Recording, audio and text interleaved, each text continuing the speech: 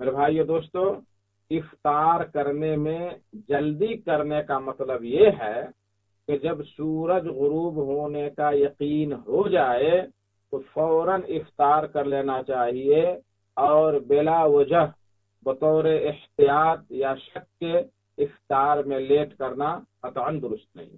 بہت سارے لوگ کہتے ہیں کہ احتیاطاً 2 منٹ رک جاتے ہیں، ہو سکتا ہے سورج غروب نہ ہوا ہو، یا یہ وہ 12 رنگ کی باتیں بولتے رہتے ہیں، یہ کرنا قطعاً جائز نہیں ہے۔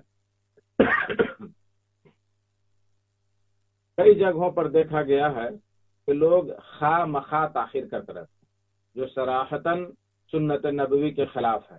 بعض لوگ جب تک بدن کے بال یا رونگتے نہیں بال نظر آتا رہے گا اس وقت تک روزہ افطار نہیں کریں گے، یا جب تک ستارہ نہ نظر آئے افطار نہیں کریں گے۔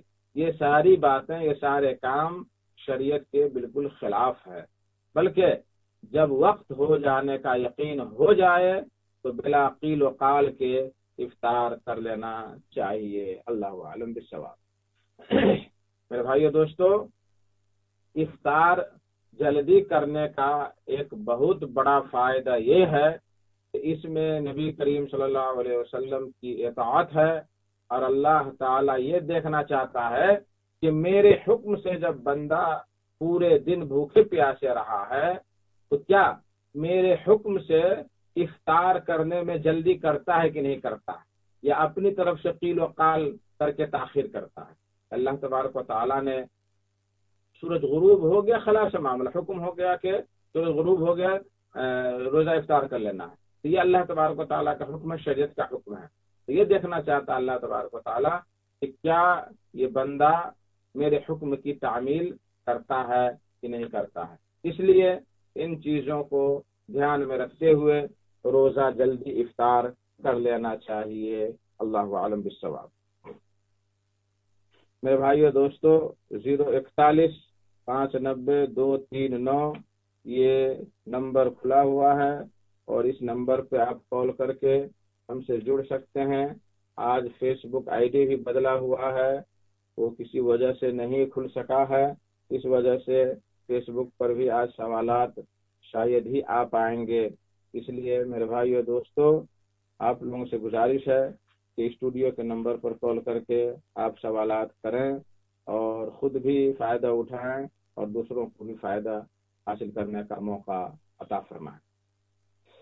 میرے بھائیو دوستو، سحری تاخیر سے کھانے کا مطلب یہ نہیں ہے کہ آذان ہوتی رہے اور سحری کھاتے رہے، یا آذان کے بعد بھی کھاتا رہے، بلکہ اگر آذان صبح صادق کے اصل وقت میں ہوتی ہے تو دوران آذان یا آذان کے بعد کھانا درست نہیں ہوگا۔ ہاں، البتہ اگر کوئی شخص کھا رہا ہو اور اسی دوران آذان ہو جائے اور اس کی خواہش باقی رہے تو جلدی جلدی کھانا کھا کر فارغ ہو جائے اور نماز کے لیے تیار ہو جائے۔ اللہ عالم بالصواب۔ اس تفصیل سے سائل کو معلوم ہو گیا ہوگا کہ افطار اور سحری کا کیا حکم ہے۔ افطار میں جلدی کرنا چاہیے اور سحری لیٹ سے کھانا چاہیے۔ اگر آپ لیٹ سے سحری کھائیں گے تو فجر کی نماز، فجر کی جماعت آپ کو کبھی نہیں چھوٹے گی۔ پہلے گھڑی نہیں ہوتی تھی، پہلے کچھ اشتہار نہیں ہوتا تھا، بڑی پریشانی ہوتی تھی۔ جس وقت بوڑھے لوگ جاگ گئے، دیکھ لیا کہ ستارہ جب ڈھل گیا ہے سر سے، 2 بج گئے ہیں، تو اسی وقت افطار کر لیتے تھے، سحری کھا لیتے تھے اور پھر سو گئے، فجر کی نماز گول ہو گئی۔ چلے کہ سحری کے بعد نیند بہت گہری آتی ہے اور انسان کی فجر کی نماز چھوٹنے کا بہت زیادہ خدشہ ہوتا ہے۔ تو اگر آپ سحری لیٹ سے کھائیں گے، ایک سب سے بڑا فائدہ یہ ہوگا کہ آپ کی جماعت فجر کی کبھی نہیں چھوٹے گی۔ اسی طریقے سے دوسرا فائدہ یہ ہے کہ آپ جلد بھوک محسوس، پیاس محسوس نہیں کریں گے، بلکہ کچھ دیر تک، دن میں بہت دیر تک آپ کو تقویت حاصل رہے گی اور آپ جو ہے بھوک اور پیاس کی شدت محسوس نہیں کر پائیں گے۔ اللہ تبارک و تعالیٰ یہ نہیں چاہتا ہے کہ ہمارا بدن